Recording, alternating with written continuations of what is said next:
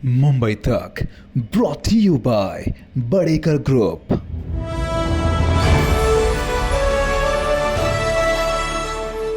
युती सरकार हे हवंय की नकोय, ते बदलायला हवंय का, या अनुषंगाने सुद्धा ज्यावेळेला प्रेक्षकांना प्रश्न विचारण्यात आला आपण त्यातला येस सर हा प्रश्न लक्षात घ्या तुम्ही कशा पद्धतीने विचारण्यात आला। नॉर्मली जो ट्रॅकर लावलेला असतो त्याच्यामध्ये लोकांना त्यांनी असं विचारलं की तुम्ही मतदान करताना काय समजून मतदान करणार, की हे सरकारच आम्हाला ठेवायचं आहे अशा पद्धतीने विचार करून मतदान करणार, की हे सरकार आम्हाला बदलायचं आहे अशा पद्धतीने विचार करणार। नॉर्मली हा प्रश्न तेव्हा विचारला जातो जेव्हा सरकारच्या विरुद्ध अँटी इन्कम्बन्सी चेक करण्यासाठी, म्हणून हा प्रश्न नॉर्मली अशा पद्धतीच्या सर्व्हिसमध्ये विचारला जातो। त्यामुळे त्याचं उत्तर काय मिळाले, आणि तो प्रश्न तू म्हणालीस त्या पद्धतीने पॅन महाराष्ट्र ॲव्हरेज काढलेला आहे, पण त्याचबरोबर महाराष्ट्रातल्या 6 रिजनमध्ये हा प्रश्न वेगवेगळ्या पद्धतीने विचारला गेला, आणि त्याचं सुद्धा एक सॅम्पल आम्हाला तुमच्या समोर ठेवायचं अनुजा। त्यामुळे विरोधक जे दावे करतायत की महाराष्ट्राच्या जनतेला आता हे सरकार नकोय, त्याच्यामध्ये कितपत तथ्य आहे हे आपण सी वोटरच्या सर्व्हेमधून समजून घेऊया। सगळ्यात पहिले येतोय कोकण विभाग। कोकण विभागामध्ये आता हे प्रश्नांचा साचा सारखाच असणार आहे, इकडचे फक्त आकडे बदलत जातील, इकडचा रिजन बदलत जाईल। हा प्रश्न आहे की युती सरकार बदलावं असं तुम्हाला वाटतं का? त्याच्यामध्ये 4 कॅटेगरीज आहेत की आमचा युती सरकारवर राग आहे आणि आम्हाला ते बदलायला हवंय असं कोकण पट्ट्यामध्ये 42% लोक म्हणतायत, पण ऍट द सेम टाइम आमचा राग नाहीये आणि बदल नकोय असं म्हणणारे सुद्धा 49% आहेत। त्यामुळे 50-50 सिच्युएशन पाहायला मिळते कोकणात सर, ऑलमोस्ट 50-50%, पण तरी सुद्धा राग नाही बदल नको असं म्हणणारे ऑलमोस्ट 50%, ऑलमोस्ट 50% त्याच्यामध्ये आहेत। म्हणजे याचा अर्थ असा की 8% लोक ऑलमोस्ट त्यांना असं वाटतं की नाही हे सरकार टिकलं पाहिजे, आणि ते आपल्याला लोकसभेत पण दिसलं होतं। लोकसभा निवडणुकीमध्ये आपण बघितलं तर कोकण पट्ट्यामध्ये म्हणजे ठाणे कोकण एकत्र आपण त्याच्यामध्ये पकडलं पाहिजे। ठाण्याच्या दोन्ही सीट्स, पालघरची सीट ही महायुतीने जिंकलेली होती, त्याचबरोबर कोकणामधल्या रायगडची सीट, रत्नागिरी सिंधुदुर्गची सीट ही सुद्धा त्यांनी जिंकलेली आपण बघितलेली होती। त्यामुळे कोकणामध्ये कोकण अख्खच युतीने जिंकले, कोकण अख्खच युतीने जिंकलेलं आहे, आणि त्याच्यामुळे त्या सरकारच्या बाजूचा असलेला कल, त्याच्यामागची विविध कारणं सुद्धा असू शकतात। म्हणजे कोकण पट्ट्यामधले सगळे महत्वाचे नेते हे महायुतीकडे गेलेले आपण बघतोय। म्हणजे नारायण राणे असतील, अगदी केसरकरांपासून आपण सुरू करूया, केसरकर, नारायण राणे, उदय सामंत, सुनील तटकरे, कदम, रामदास कदम, त्याच्यानंतर कोकणामध्ये ठाण्यामध्ये आपण बघितलं तर एकनाथ शिंदे किंवा इतर तिकडचे जे लोक असतील ते सगळेच्या सगळे जण, रवींद्र, हे सगळे महायुतीकडे आपल्याला बघायला मिळत आहेत। त्याचा परिणाम हा कुठेतरी अशा पद्धतीने आपल्याला त्याच्यामध्ये बघायला मिळतोय। म्हणजे कोकणामध्ये महायुती पुढे आहे असं आपण त्याच्यामध्ये म्हणू शकतो, कारण कोकणामधल्या 49.2% लोकांना असं वाटतंय की हे सरकार आम्हाला हवंय आणि ह्या सरकारमध्ये बदल, या सरकारबद्दल आम्हाला राग नाही अशा पद्धतीचं हे त्याच्यामध्ये आपल्याला बघायला मिळतं। केवळ एक भिवंडीची जागा आहे जी महाविकास आघाडी जिंकू शकलेली आहे। त्यामुळे आता जर कोकण पट्ट्यामध्ये कष्ट घ्यायचे असतील तर महाविकास आघाडीला हा वर्ग आणि हा वर्ग, हे जे 47% मतदार आहेत त्यांच्यावर फोकस ठेवावा लागणार आहे ही, आणि इकडे तर महायुतीचं पारडं जर आपण पाहिलं तर ते जवळपास 51-52% साधारण आपण जर बघितलं तर बदल नको म्हणणारे जे लोक आहेत ते 52% जातात, आणि हे 47% जातात।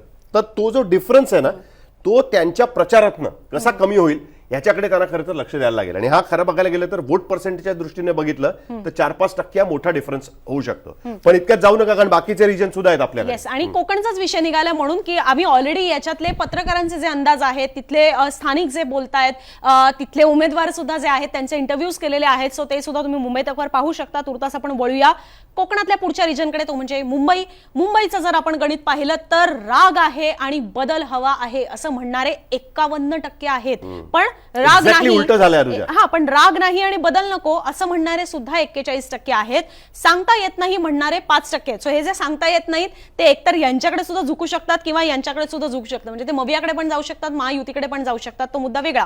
पण राग आहे पण बदल नको असं म्हणणारे सुद्धा 1% आहेत। त्यामुळे इथे महायुती ही 42% घरामध्ये आहे, पण महाविकास आघाडी साधारणतः 51% या मतदारांवर फोकस करू शकते। मुंबई अगेन इकडे भांडणं खूप झालेली आहेत, महाविकास आघाडीमध्ये जागांवरनं रस्सीखेच आहे, त्या तुलनेमध्ये महायुतीने आपापल्या पद्धतीने उमेदवारांची अदलाबदल करून ऍडजस्टमेंट करून करण्याचा प्रयत्न केलेला आहे। पण मुंबईमध्ये महायुतीला लोकसभा निवडणुकांमध्ये एक जबरदस्त फटका बसलेला होता, तर तो भरून काढावा लागणार आहे कुठेतरी असं दिसतंय, कारण की मार्जिन काही फार मोठं नाहीये याच्यामध्ये सुद्धा। नाही, उलट अनुजा 8% मार्जिन आहे. 8% इज अ बिग मार्जिन. कोकणामध्ये सुद्धा आपण बघितलं 8% मार्जिन होतं आणि त्याच्यामुळे आपल्याला त्या पद्धतीचं नाही, पण मी result पुढचे बघायला रिजन्स पाहिले तर त्या तुलनेमध्ये म्हणते की हे फार मोठं मार्जिन नाही. पण तरी सुद्धा मुंबईमध्ये आपण जर बघितलं तर ह्याचा अर्थ असा की उद्धव ठाकरेंच्या शिवसेनेचा बोलबाला अजूनही त्या ठिकाणी आहे हे आपल्याला त्याच्यामध्ये दिसतंय. नंबर 1 आणि नंबर 2, कितीही भांडणं झाली तरी सुद्धा शिवसेना, युबीटी आणि काँग्रेस यांच्या मतदारांचं म्हणजे त्यांच्या नेत्यांची भांडणं चालू असतील ती गोष्ट वेगळी,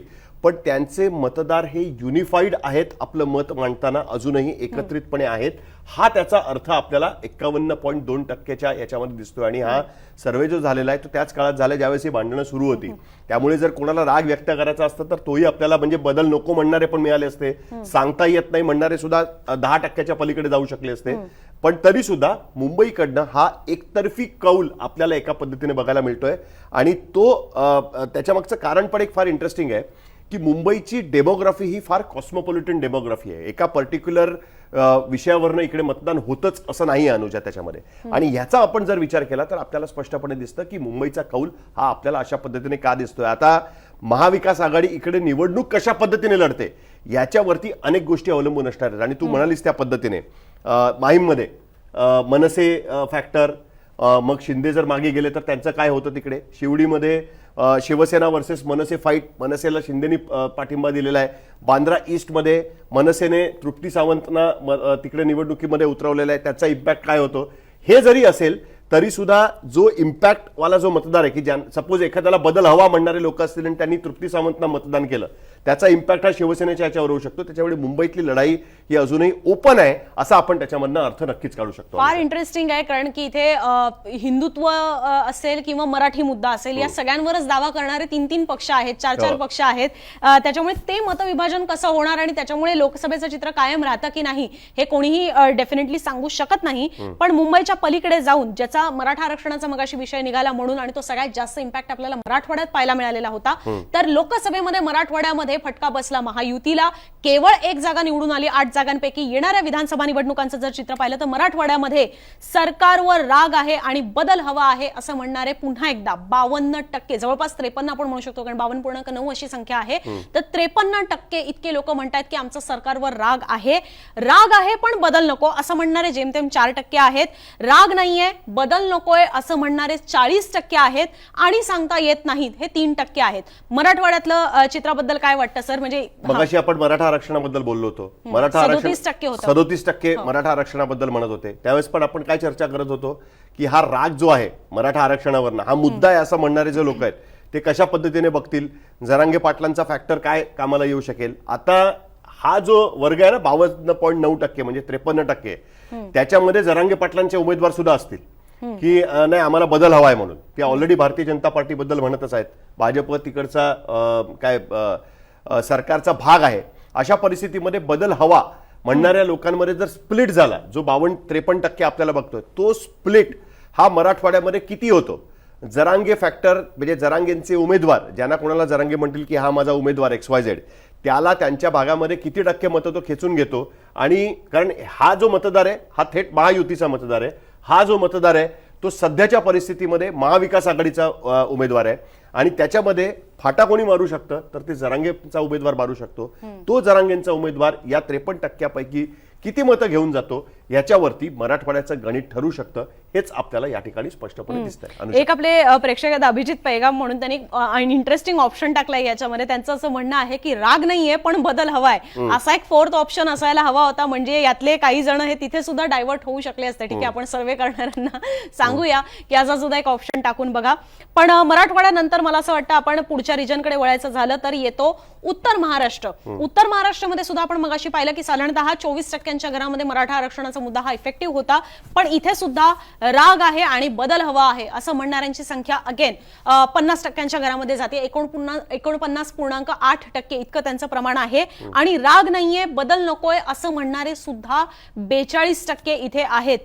इथल्या बद्दल काय सांगाल? कारण की इथे खरं तर अनेक मुद्दे होते. कांद्याचा प्रश्न होता इथे, त्याच्यानंतर वोट जिहादचा मुद्दा अजूनही देवेंद्र फडणवीस आपल्याला भाषणांमध्ये बोलताना पाहायला मिळतात. आणि अगेन संविधान धोक्याचा मुद्दा होता.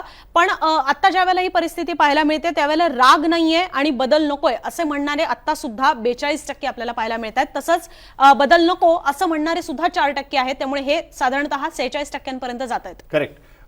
3% फक्त फरक आहे आणि तो फरक साहजिकच आहे, म्हणजे तो समजणं फार डिफिकल्ट नाही. कारण या उत्तर महाराष्ट्रामध्ये भारतीय जनता पार्टीची पॉकेट सुद्धा बऱ्यापैकी स्ट्रॉंग आहेत. म्हणजे जळगाव जिल्हा असेल आणि तिथे शिवसेनेचे सगळं कॅडर, म्हणजे त्यांचे जे नेते आहेत ते सगळे शिंदेबरोबर गेलेले आहेत आणि त्याच्यामध्ये परत गिरीश महाजन आणि या सगळ्या गोष्टींमुळे जळगाव जिल्हा आणि काही प्रमाणात धुळे जिल्हा, नाशिक काही प्रमाणामध्ये हा भारतीय जनता पार्टीचा एक स्ट्रॉंग होल्ड आहे.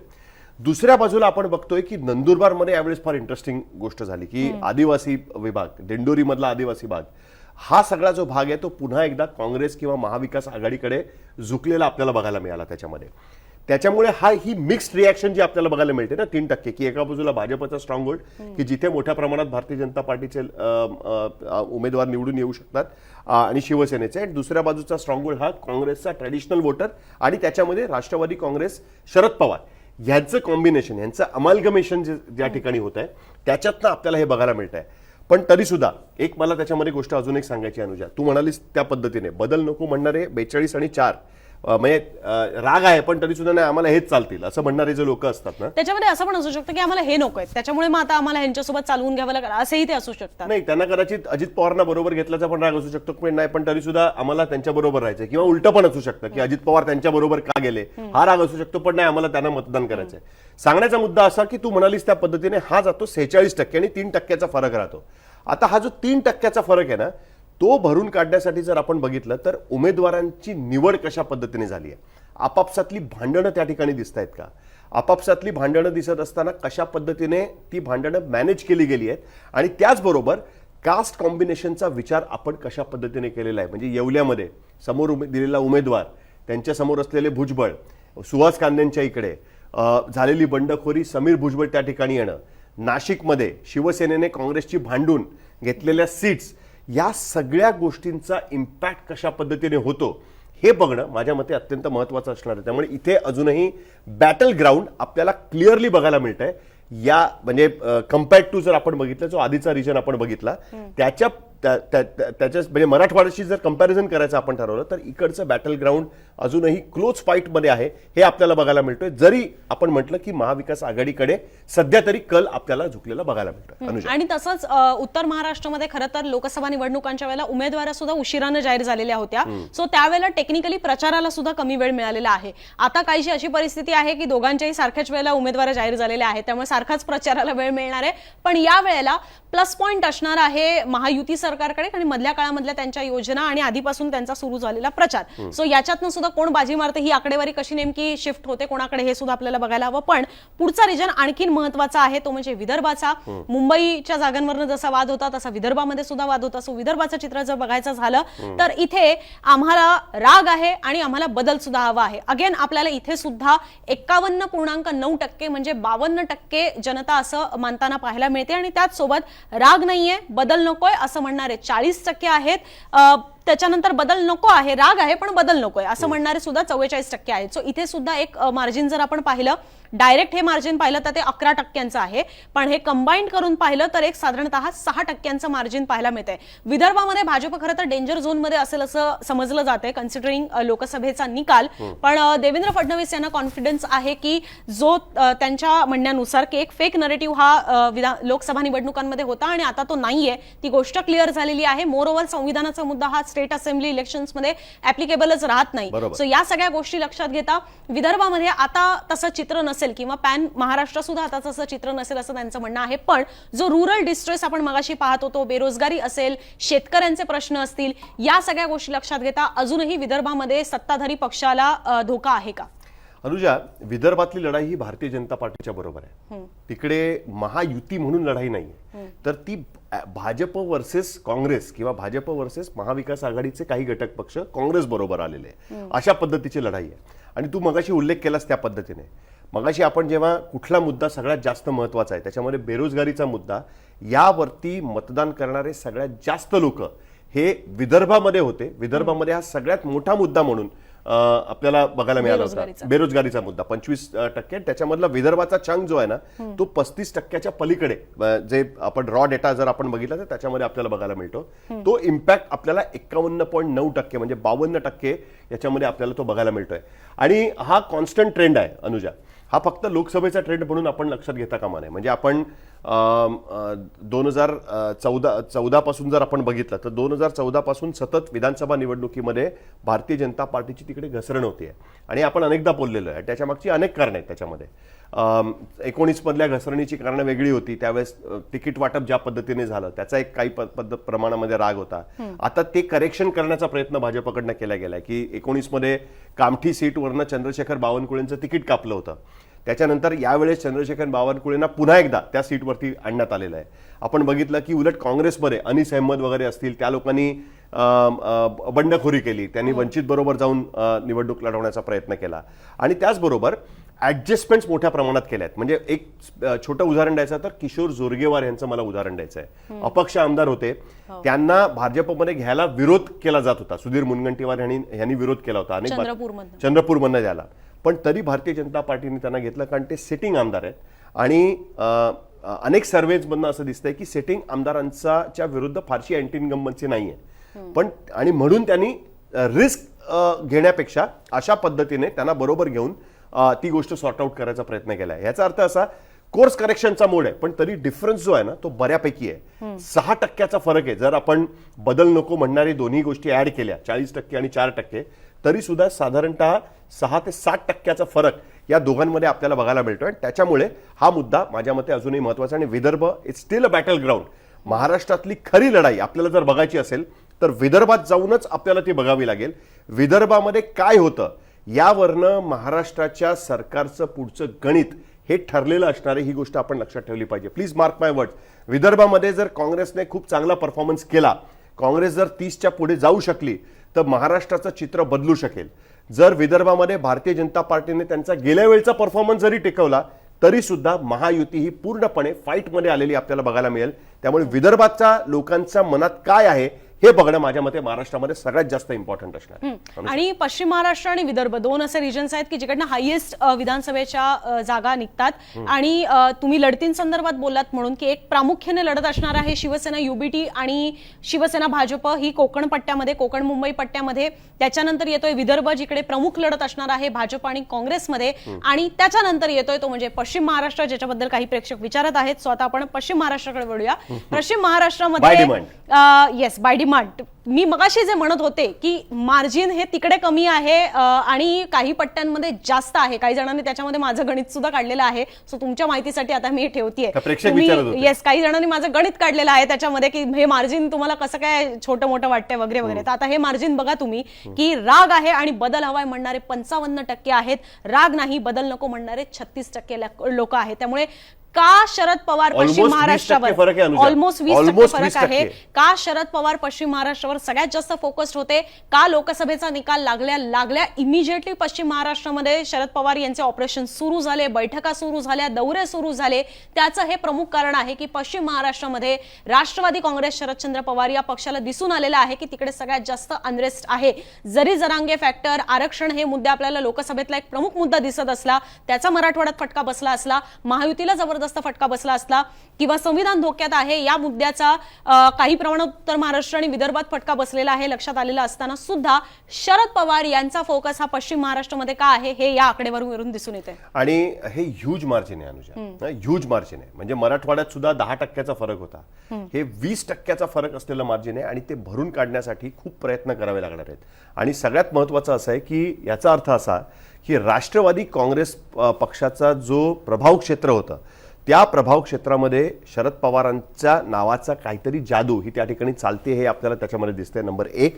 नंबर 2, सगळ्यात महत्वाची गोष्ट अशी आहे की याच भागामध्ये जर आपण बघितलं तर थर्ड फ्रंट आकाराला आलेली राजू शेट्टींची पार्टी, त्यांच्याबरोबर संभाजीराजे छत्रपती आणि बच्चू कडू तर पश्चिम महाराष्ट्रामध्ये फारसं त्यांचं हे नाहीये, पण संभाजीराजे छत्रपती आणि राजू शेट्टी ह्यांनी मिळून त्या ठिकाणी जे उमेदवार देण्याचा प्रयत्न केलेला आहे ती हे गॅप कमी करतात का हा एक महत्वाचा मुद्दा आहे. पण तरी सुद्धा ही खूप मोठी गॅप आहे. म्हणजे जे आपण नेहमी करतो की बदल नको म्हणणारे या दोन फॅक्शन एकत्र जरी आणल्या तरी सुद्धा 16% फरक या रिजनमध्ये आपल्याला बघायला मिळतोय की जो महाविकास आघाडीच्या बाजूने किंवा सरकार बदलायचं आहे अशा पद्धतीने विचार करणार आहे. कारण लोकांचे ऑप्शन जेव्हा क्लिअर असतात ना त्यावेळेस इकडे तिकडे मतदान करत नाहीत लोक नॉर्मली.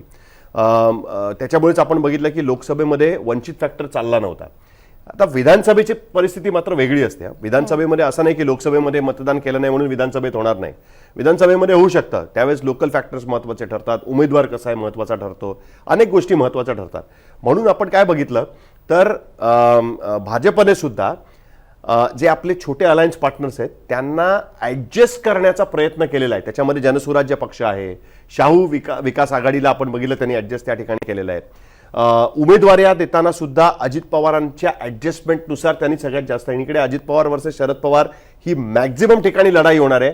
आणि त्याच्यामध्ये जर अशा पद्धतीचा फरक असेल तर विचार करा, शरद पवार वर्सेस अजित पवार लढाईमध्ये विनर कोण होऊ शकतो. म्हणजे आपण आता या सर्वेच्या आधारावरती आपण ही गोष्ट सांगायचा प्रयत्न करतोय, पण क्लिअरली आपल्याला दिसतंय की बदल हवा आहे. बनणारे 20% लोक जास्त पश्चिम महाराष्ट्रामध्ये आपल्याला बघायला मिळतात. आणि इथे सुद्धा लोकसभा निवडणुकांमध्ये सगळ्यात मोठा फटका महायुतीला बसलेला होता. आपल्या वगळून चालणार नाही. बारामती मिळवता आलं नाही, शिरूर मिळवता आलं नाही, सांगली मिळवता आलं नाही, सांगली तर हातातनं गेलं, सोलापूर हातातनं गेलं, माढा हातातनं गेलं, अहमदनगर कोल्हापूर हातातनं गेलं, नगर हातातनं गेलं. सो हे किती सगळे महत्वाचे पट्टे आहेत, किंवा आपण म्हणू शकतो की जो साखर पट्टा आहे त्या पट्ट्यामध्ये जिकडे सहकाराचं जाळं हे खूप मोठ्या प्रमाणात पसरलेलं आहे, मराठवाडा आणि पश्चिम महाराष्ट्र इकडेच सगळ्यात जास्त पसरलेलं आहे. आणि त्या ठिकाणीच महायुतीला खूप मोठा फटका बसलेला आहे. जरी त्या सहकार क्षेत्रातले मातब्बर नेते हे महायुतीने आपल्यासोबत 2019 पासून घेतलेले असले तरी सुद्धा, त्यामुळे पश्चिम महाराष्ट्रामधली ही लढत फार इंटरेस्टिंग ठरणार आहे. पण मला असं वाटतं की याचं आपण आता ओव्हरऑल चित्र जर पाहिलं की एकंदरीत महाराष्ट्राचा मूड काय, आता आम्ही तुम्हाला रिजन वाईज सांगितला, पण ऍव्हरेज आपल्याला बघायचं झालं तर एकंदरीत महाराष्ट्रातली परिस्थिती पाहिली की युती सरकार बदलावं असं वाटतं का, तर सरकारवर राग आहे आणि बदल हवा आहे असं म्हणणारे आता सुद्धा 51% आहेत. त्यामुळे एकीकडे ग्राउंड लेवलवरची परिस्थिती काय आहे आणि महाविकास आघाडी काय करत बसली आहे, म्हणजे विरोधकांच्या दृष्टीने बोलायचं झालं तर हे त्यांना दाखवणारा हा आरसा आहे की लोक तुमच्याबद्दल काय विचार करतात आणि तुम्ही काय करताय. बरेच जण याच्याबद्दल अनालिसिस करताना हेच महाविकास आघाडीला सांगतायत. तर दुसरीकडे करेक्शन मला फक्त सांगायचं याच्यामध्ये, लोक महाविकास आघाडीबद्दल काय विचार करतात हा मुद्दा नाहीये, तर लोकांना बदल हवा आहे, तो बदल देण्यासाठी तुम्ही सक्षम पर्याय देताय का हा त्याच्यामध्ये मुद्दा आहे. एक्झॅक्टली. सो तुम्हाला त्याच्या दृष्टीने कॅम्पेन्स असायला हवे, तुम्ही काहीतरी कार्यक्रम लोकांसमोर ठेवायला हवा. 2014ला सुद्धा म्हणजे त्यावेळेसच्या युतीने किंवा भाजपने आपण म्हणू शकतो खरं तर त्यांनी त्या पद्धतीचं कॅम्पेन ठेवलेलं होतं की आम्ही तुम्हाला भ्रष्टाचाराच्या विरोधातलं म्हणजे भ्रष्टाचार मुक्त सरकार देऊ, महागाई आम्ही तुमची दूर करू. सो ही काही तशी आश्वासनं होती. त्याच्याच पद्धतीने महाविकास आघाडी तू म्हणतेस ते बरोबर आहे. नुसती कॅम्पेन त्यावेळेस सुद्धा लोकांचा राग दिसत होता, पण तो कॅपिटलाइज करण्यासाठी म्हणून ज्या पद्धतीचे वळवण्यासाठी म्हणून ज्या पद्धतीचे प्रयत्न केले गेले, ज्या पद्धतीने फडणवीसांचं नेतृत्व जाहीर न करता प्रोजेक्ट केलं गेलं की आम्ही नवीन चेहरा देऊ इच्छितो, आम्ही त्या पद्धतीने काम करू इच्छितो, आमची कॅम्पेन अशा पद्धतीची असणार आहे त्यांची, आणि हे याच्यावरती त्यांनी पूर्ण कॉन्सन्ट्रेशन केलं. त्या पद्धतीने महाविकास आघाडीची कॅम्पेन होतीये का, त्यांची आपापसातली भांडणं चालतायत की ते दुर्लक्ष करतायत, हे सगळे मुद्दे सुद्धा महत्वाचे असणार आहेत. म्हणजे इथे लोक तयार बसलेत की आम्हाला सरकार बदलायचंय असं आपण पकडू या सर्वेच्या आधारावरती आम्ही म्हणतो. पण ते जेव्हा विधानसभा इलेक्शन असतं त्यावेळेस इलेक्शन इंजिनिअरिंग तुम्ही कसं करता, मॅनेजमेंट कसं करता, हा सुद्धा महत्वाचा मुद्दा राहतो. तुमच्या उमेदवारांची निवड कशी होते, बंडखोरी तुम्ही कशी टॅकल केली आहे, तुमच्यावरती रुसलेल्या तुमच्या अलायन्स पार्टनर्सना तुम्ही कसं हँडल केलंय, एकमेकांबरोबर तुमचं ऍडजस्टमेंट दिसतेय का, आणि बदल करायचा आहे असं म्हणणाऱ्या लोकांना तुम्ही मतदानासाठी बाहेर आणू शकताय का, किंवा त्यांना कंपेल करताय का की नाही तुम्ही याच्यासाठी बाहेर आलं पाहिजे, आम्ही तुम्हाला पर्याय देऊ शकतो. असे अनेक मुद्दे त्याच्यामध्ये महत्त्वाचे वाटतं. ते म्हणजे की किती मतदार हे तुमच्या लोकसभेमध्ये तुमच्या पाठीशी राहिलेले होते आणि त्यांना तुम्ही आता किती मधल्या काळामध्ये भेटी दिलेल्या आहेत किंवा त्यांच्यासाठी काही केलेलं आहे. फक्त राखीव जागा आहेत म्हणून तिथेच दलित उमेदवार दिलेले आहेत की इतर ठिकाणी सुद्धा त्या अल्पसंख्याक समाजाला तुम्ही प्रतिनिधित्व दिलेलं आहे, हे सगळे सुद्धा मुद्दे हे पाहिले जाणार आहेत. लोकसभा निवडणुकांच्या वेळेला सुद्धा म्हटलं जात होतं की 48 मतदारसंघांमध्ये एक सुद्धा अल्पसंख्याक समाजातून येणारा उमेदवार हा नव्हता. आता काही प्रमाणात देण्यात आलेले आहेत, पण हा मुद्दा सुद्धा विचारात घेतला जातो की आम्ही तुम्हाला साथ दिली पण तुम्ही त्याच्या बदल्यात आम्हाला मधल्या 4 महिन्यात काय दिलं. आणि दुसरी गोष्ट त्याच्यामध्ये अजून महत्वाची आहे की जर आपण महायुतीच्या सीट शेअरिंगकडे बघितलं तर त्याच्यामध्ये आपल्याला बघायला मिळतंय की त्यांनी एकमेकांसाठी ही परिस्थिती त्यांनी समजून घेतली. देर इज नो डाऊट की त्यांच्या विरोधात वातावरण होतं, नाहीतर लोकसभेमध्ये अशा पद्धतीचा निकाल लागलाच नसता. संविधानाचं नॅरेटिव्ह सगळीकडे होतं, पूर्ण देशभर नॅरेटिव्ह होतं. अल्पसंख्याक मतांचं एकत्र येणं हे सगळ्या देशभर होतं, पण तरी सुद्धा त्याचा इम्पॅक्ट महाराष्ट्रातच का झाला, मध्य प्रदेशमध्ये का नाही झाला, राजस्थानमध्ये तेवढ्या मोठ्या प्रमाणात का नाही झाला, हरियाणामध्ये एका लिमिट पलीकडे का नाही झाला, तिथेही भाजप समसमान राहिली त्यांच्याबरोबर, दिल्लीत का नाही झाला. फक्त महाराष्ट्रात काय झाला तर महाराष्ट्रामध्ये त्या पद्धतीचा अल्टरनेटिव्ह हा महाविकास आघाडीच्या रूपातनं त्यांच्यासमोर उभा ठाकला आणि त्यांनी दाखवलं की आम्ही ह्या पद्धतीने उभं राहू शकतो म्हणून. या गोष्टीचा फायदा ते करून घेऊ शकतील का हा मुद्दा आहे. आणि म्हणून मला म्हणायचं आहे की आपण आता बघतोय की महायुतीने कोर्स करेक्शन त्याच्यामध्ये केलं म्हणून लाडकी बहीण आपल्याला दिसते की चर्चेमध्ये आहे. म्हणून आपण बघतोय की सीट शेअरिंगमध्ये ऍडजस्टमेंट्स त्यांनी केल्या आहेत की मुरजी पटेलला आम्ही नाही आम्हाला ही जागा हवी आहे मग ठीक आहे आमचा कॅन्डिडेट घ्या. मग मुरजी पटेल तिकडे गेले शिंदेकडनं उभे राहिले. आम्ही एकाच घरातनं 2 भावांना तिकीट देऊ शकत नाही मग ठीक आहे निलेश राणे शिंदेकडे जातील ते त्यांच्याकडनं उमेदवार असतील. किंवा दुसऱ्या बाजूला आपण बघतोय राजेंद्र गावित यांना भाजपतनं पाठवून शिंदेकडनं तिकीट दिलं गेलं. अशा पद्धतीच्या अनेक ऍडजस्टमेंट्स त्यांनी त्याच्यामध्ये केलेल्या आपल्याला बघायला मिळत आहेत. आणि सचिन सावंत यांचं काय झालं ते लढण्यासाठी इच्छुक होते तो मतदारसंघ ऍडजस्ट केलं तिकडे ते स्वतःच असमाधानी आहे. त्यामुळे अशा पद्धतीचं एक वेगळं. आणि दुसरीकडे आपण बघतोय की काँग्रेस भांडत राहिली की ठीक आहे तुम्ही बांद्रा ईस्ट घेताय तर आम्हाला कमीत कमी वर्सोवा सोडा तर त्यांनी सोडलं नाही. तर हातातल्या गोष्टी हरियाणामध्ये एक्झॅक्टली हीच गोष्ट झाली होती की काँग्रेसला अशाच पद्धतीचे नंबर्स दिसत होते पण त्यांनी त्यांच्या उमेदवारांच्या विरोधामध्ये जी बंडखोरी होतीये त्याचं आकलन त्यांनी त्या पद्धतीने ते करू शकले नाहीत आणि त्याचा फटका त्या ठिकाणी काँग्रेसला बसलेला आपल्याला बघायला मिळत आहेत. महाराष्ट्र हे 6 हरियाणा आहेत. हरियाणामध्ये 90 जागा होत्या. महाराष्ट्रामध्ये 288 जागा आहेत. महाराष्ट्रामध्ये हरियाणासारखे 6 रिजन्स आहेत. त्यामुळे ही जबाबदारी अजूनच महाविकास आघाडीची वाढेल का हे आपल्याला बघणं माझ्या मते अत्यंत महत्त्वाचं असणार आहे.